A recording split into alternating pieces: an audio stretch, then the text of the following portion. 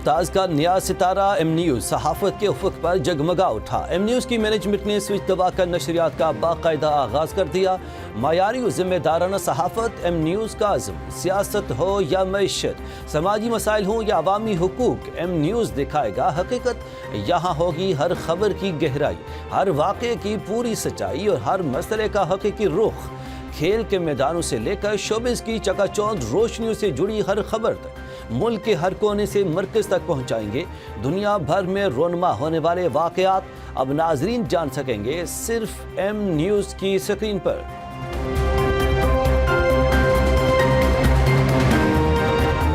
اسلام آباد میں M news کی لانچنگ کی شاندار تقریب، وزیر اطلاعات و نشریات عطا اللہ تارڑ نے ایم نیوز کی مینجمنٹ کے ہمراہ کیک کاٹا۔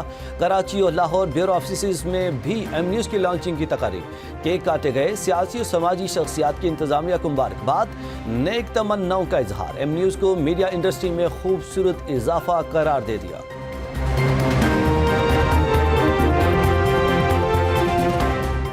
وزیر اعظم شہباز شریف کے ایم نیوز کے آغاز پر چینل انتظامیہ اور پوری ٹیم کو مبارکباد۔ پیغام میں کہا کہ امید ہے ایم نیوز قومی مفاد کو مقدم رکھتے ہوئے عوام تک درست معلومات پہنچائے گا اور ذمہ داری دکھاتے ہوئے فیک نیوز کے چیلنج کا مقابلہ کرے گا۔ وزیر اطلاعات و نشریات عطا اللہ تارڑ نے کہا کہ ایم نیوز میڈیا انڈسٹری میں بہت اچھا اضافہ ہے۔ امید ہے ایم نیوز ذمہ دارانہ صحافت کی مثال قائم کر کے اپنا نام بنائے گا۔ وزیر مملکت داخلہ طلال چودھری نے کہا کہ ایم نیوز بہت جلد میڈیا انڈسٹری میں جگہ بنائے گا۔ خواہش ہے کہ چینل تمام میڈیا میں ممتاز رہے۔ طارق فضل چودھری نے کہا کہ ایم نیوز میڈیا انڈسٹری میں بہترین انداز میں کام کرے گا۔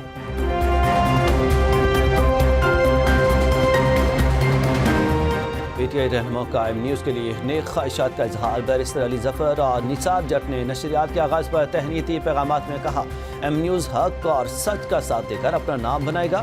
دعا ہے کہ ایم نیوز ترقی کی منازل طے کرے۔ لیگی سینیٹر بیرسٹر جاوید عباسی نے کہا ایم نیوز کے آنے سے عوام کو بہترین خبریں ملیں گی۔ پیپلز پارٹی کے سینیٹر سحر کامران کا نشریات کے آغاز پر ایم نیوز کے لیے نیک تمناؤں کا اظہار۔ ایم نیوز کو میڈیا انڈسٹری میں خوبصورت اضافہ قرار دیا۔ اراکین قومی اسمبلی شہلا رضا، ملک ابرار، انجم عقیل کی بھی ایم نیوز کو قومی میڈیا کا حصہ بننے پر چینل انتظامیہ اور ورکرز کو مبارکباد۔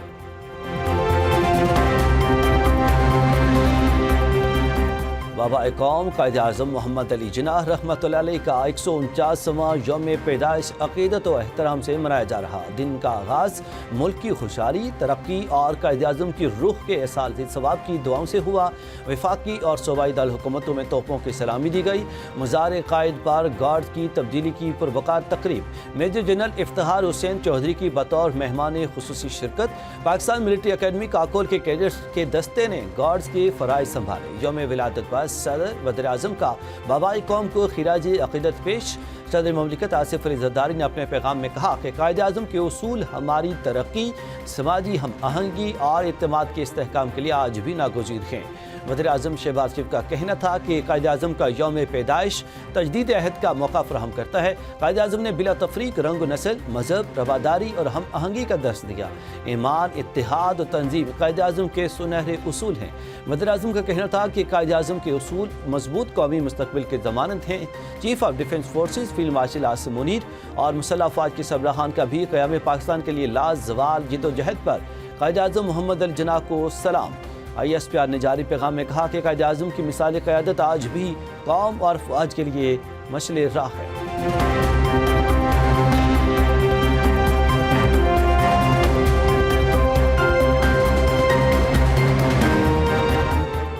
پاکستان سمیت دنیا بھر میں مسیحی برادری آج کرسمس کا تہوار منا رہی ہے۔ ملک بھر کے تمام گرجا گھروں کو برقی کمکموں اور کرسمس ٹری سے سجا دیا گیا۔ گرجا گھروں اور مسیحی افراد کے گھروں پر دعائیہ تقریبات، ملک کی ترقی کے لیے خصوصی دعائیں۔ صدر وزیر اعظم کی کرسمس پر مسیحی برادری کو مبارکباد۔ صدر مملکت آصف علی زرداری نے اپنے تہنیتی پیغام میں کہا کرسمس امید، امن اور ہمدردی کا پیغام لے کر آتا ہے۔ مسیحی برادری کی کاوشیں ہماری مشترکہ ترقی کو تقویت دیتی ہیں۔ وزیر اعظم شہباز شریف نے کہا کہ دعا ہے کہ کرسمس ملک اور مسیحی برادری کے لیے امن، استحکام اور خوشحالی کا پیغام لائے۔ فیلڈ مارشل عاصم منیر اور مسلح افواج کے سربراہان نے بھی مسیحی برادری کو کرسمس کی دلی مبارکباد پیش کی۔ قومی ترقی میں ان کی گراں قدر خدمات کو سراہا۔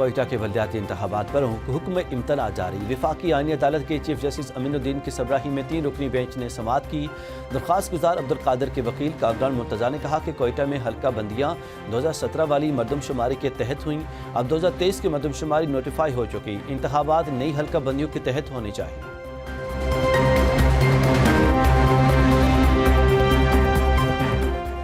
اسلام آباد میں پھر سے بادل برسنے کی پیشگوئی۔ خیبر پختونخوا کے بیشتر اضلاع میں سرد موسم اور مطلع ابرآلود رہنے کی توقع ہے۔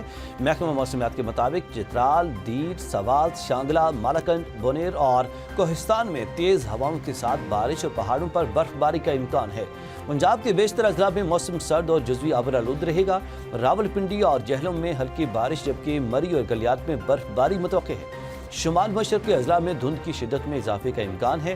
سندھ اور بلوچستان کے بیشتر اضلاع بھی موسم سرد اور خشک رہے گا۔ گلگت بلتستان اور کشمیر میں بارش اور پہاڑوں پر برف باری متوقع ہے۔